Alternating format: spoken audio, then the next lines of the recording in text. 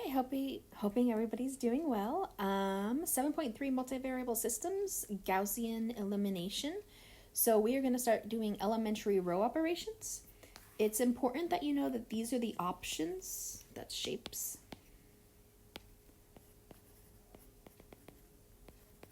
You might use one or two at the same time, but they don't happen in this order, is what I want you to know.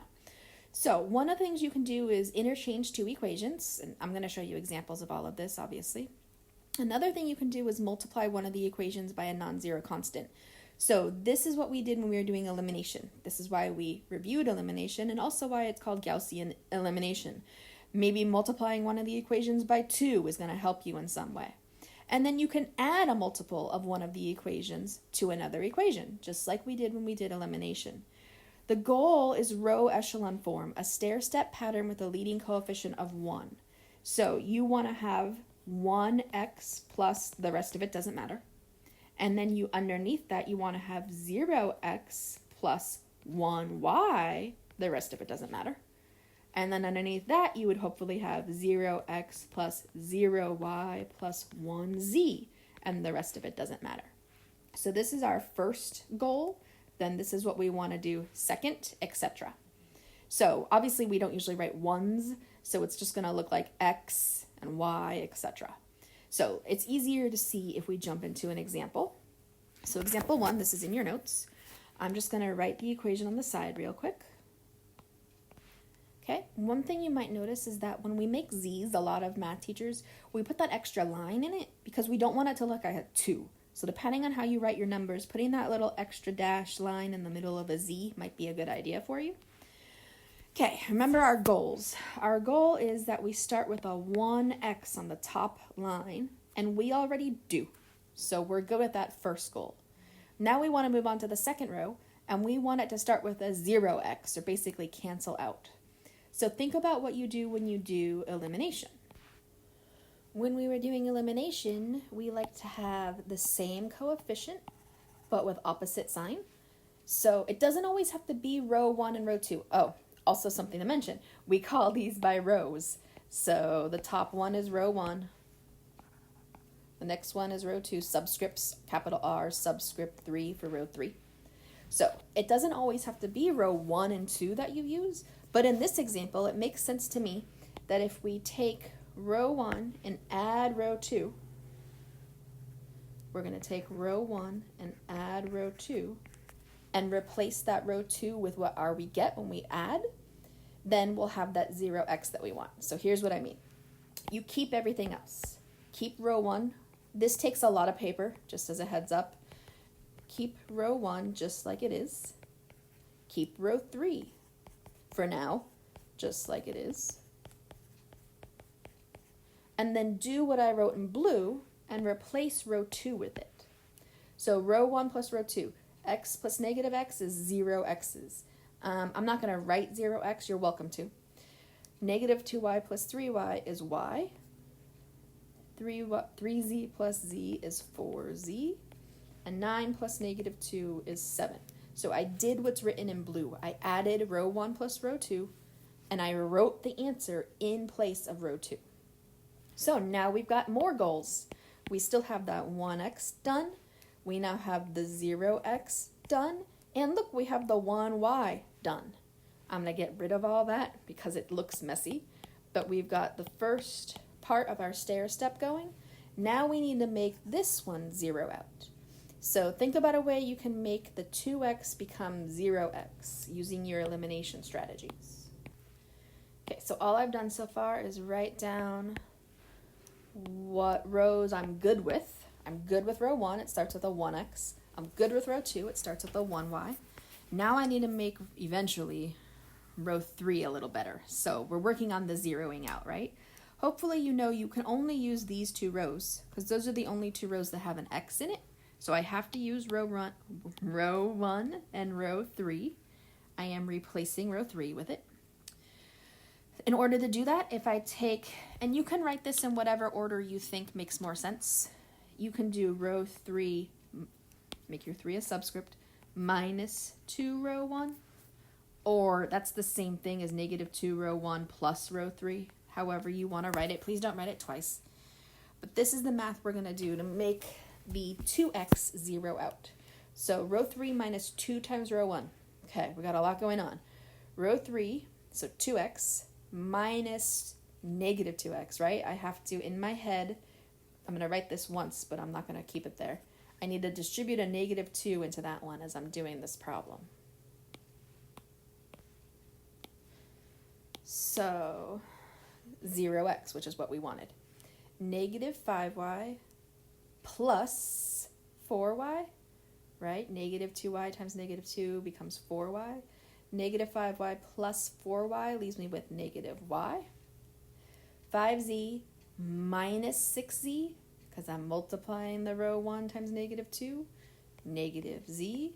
And don't forget to do it to the numbers also. 17 minus 18 gives me negative 1. Okay, working on our stair step.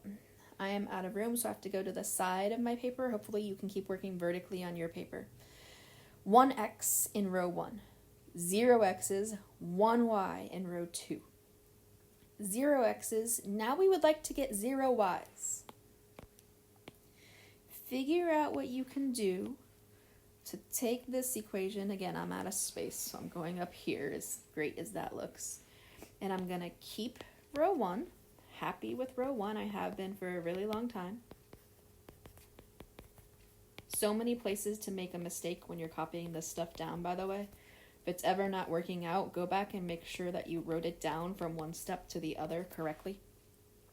Okay, I want to cancel out the y's. Well, row 2 and row 3, one of them's positive y, one of them's negative y. So row 2 plus row 3 should take care of that.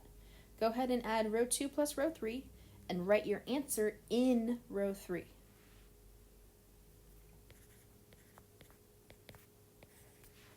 There we go. Okay, now we have our stair step. 1x in row 1. 0x's, 1y in row 2. 0x's, 0y's, and it doesn't matter about how many z's we have, because look at this. Right now, if I take row 3 and I just write it down, I can solve it. Z equals 2. Now that I know what z equals, I can plug that into row 2.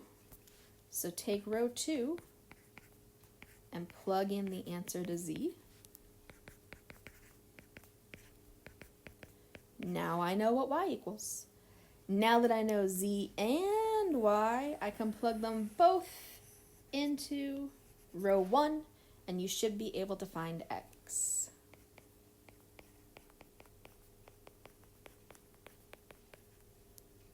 I'm going to do a little shortcut here. I don't have space to show my work. You should get x equals 1.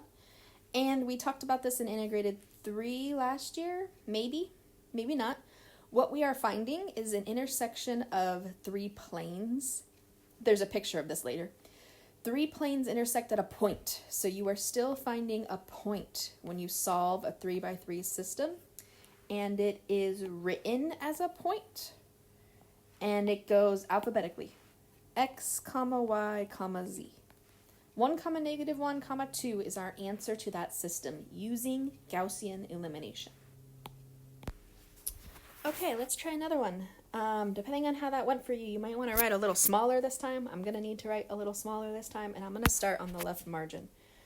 Okay, we want row 1 to start with a single positive x. First thing I notice is row 3 almost starts with a single positive x, so let's swap. I am going to swap row 1 and row 3.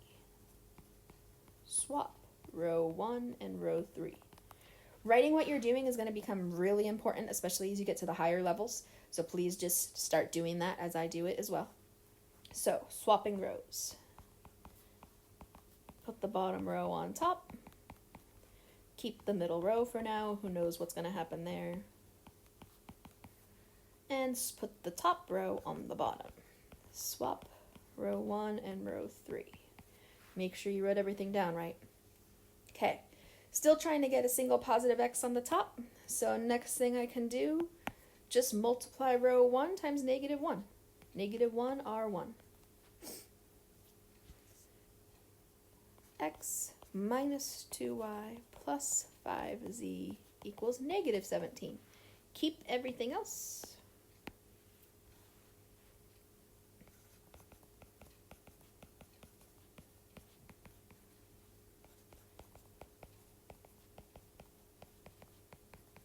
Okay, goal 1 is done. We have a single positive x for row 1. Now we want to get rid of the x's in row 2. So, looking at row 2, positive 2x. In theory, you could use row 2 and row 3 together, but it's almost always going to be easier at this step to use row 2 and row 1 because we just got row 1 to be 1x. So all you have to do is a little bit of multiplication. See if you can figure out what you're going to multiply by. I'm going to copy down what I already have. Row 1 isn't changing. I'm happy with that now. It will not change for the rest of the time. I'm not changing row 3 right now. Did you come up with, let's see, row 2 minus 2 row 1? Or you might have written that a little differently. If I do negative 2 times row 1 and add it to row 2, those x's will zero out like I wanted. See if you can complete that step. Pause your video and see if you get the same thing as me for our new row 2. Okay, hopefully if we all did that carefully, lots of places to make tiny mistakes. Row 2 is now 5y minus 7z equals 34. So, we're good with row 1. It starts with 1x. We got the 0x in row 2. We could work on making row 2 start with 1y, but I'm going to show you another option. What if we work on making row 3 start with 0x, right? Let's just get rid of all the x's in row 2 and row 3 before we move on. So, looking at your equation, see if you can figure out what row operations you're going to do to make row 3 start with 0x. I am not changing row 1 or 2 right now. Okay, so row 3 minus 4 row 1 will make your x's cross out. Do that row operation and replace row 3 and see if you get the same thing as me. Check your row 3 with my row 3. Okay, looking at what we have, and we're working on that stair step, we got the 0 x's. I can get that third row to be 0 pretty easily, I'd say. So why don't you work on zeroing out that step, right? We need that stair step look. That would be the third 0 that we need to make that stair step look. See if you can zero out the 5y on row 3. I have to move mine all the way back up here. Okay, check your row 3 with mine. Did you do row 3 minus row 2 so that the y's cross out? Now I've got my stair steps. I know I didn't focus so much on the ones this time, which is perfectly fine when we're solving systems. There's actually lots of ways to solve systems. But I got it down to negative 12z equals 24, and I can pretty quickly solve that for z. Now that you know what z is, see if you can find x and y also. See if you can work backwards and solve for the entire thing. Solve the system. Pause your video. Okay, once I knew z, I plug it into row 2, and I solve for y. Once I know y and z, I plug them both into row 1, and I solve for x. The solution is a point in 3-dimensional space, so x, y, z. Okay, how many solutions can you get? So far we've dealt with getting exactly one solution, a point where they cross. You can see in your picture, when 3 planes cross at a single point in space, that's what we've been finding. But also, 3 planes can cross as shown in our next 2 examples. They could cross here, here, and back there, or they could cross at one line, or they might not cross at all. So you can have an infinite number of solutions, you can have no solutions, or you can have exactly one solution like we've been having. So example 3 is going to walk us through one of those situations. Okay, so all I did was copy it down. So I already have row 1 starts with a single positive x. Row 2 has 0 x's. So working on our stair step of zeros, we want to make row 3, this one, turn into 0 x's. See if you can figure out the row operations that will zero out the x's in row 3. Go ahead and do that. Pause your video. Hey, I'm back. Anybody notice that I wrote it down wrong? I started trying to do this and I realized, look, I forgot that negative sign. So that's going to change what I had planned in my head because I wrote it down wrong. So make sure you fixed, if you wrote it down wrong just like me, make sure you fix that and then try to make that x zero out. Okay, hopefully you got what I got. Hopefully I didn't make any more mistakes. So I'm closer to that stair step, right? My stair step ends up over here. We've got the zeros here. Now we need that one to zero out. You do have choices this time, how you zero that out, but I want to keep my 0x. So if I try to use these two rows, my 0x is going to come back as a different number x.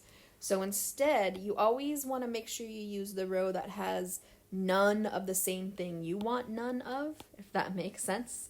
Since I want to remain with 0 x's, I need to use the row that has 0 x's on it. So see if you can figure out how to make the y's cross out in row 3. Okay, look what happened. When we did row 3 minus 3 row 2, I got 0 equals 0 from my row 3. Here's where we figure out if that means that there are infinite many solutions or no solutions. Does 0 equal 0? Yes, it does. This is true. So it means we're going to have infinitely many solutions, and we have a special thing we need to do from there. We don't just answer it infinite solutions. So the first thing we're going to do is solve row 2 for y. So y minus z, add the z, right? Y equals z. Then we're going to take that answer and substitute y, the y equation we just got, into R1 and solve for x. We still need x, y, and z, but instead of being numbers like 3, 7, 5, it's going to be equations. So substitute y into row 1. So x plus, instead of a y, it's going to say z minus 3z equals -1, and then solve for x. So combine like terms and move them over. I'm running out of space. X is going to equal 2z minus 1. So my solution is going to look like this. For any z equal to a, mathematicians just like to do that, just meaning z can equal any number, we know we're going to use our information. Y would have to equal, since y equals z, it's going to equal a. And then we're going to use our third equation here. X would end up equaling 2 times a minus 1. This is what our solution looks like. I'm going to let you in on a little secret. It doesn't happen all that often, but now you've seen it, and I think you can handle the bookwork from there.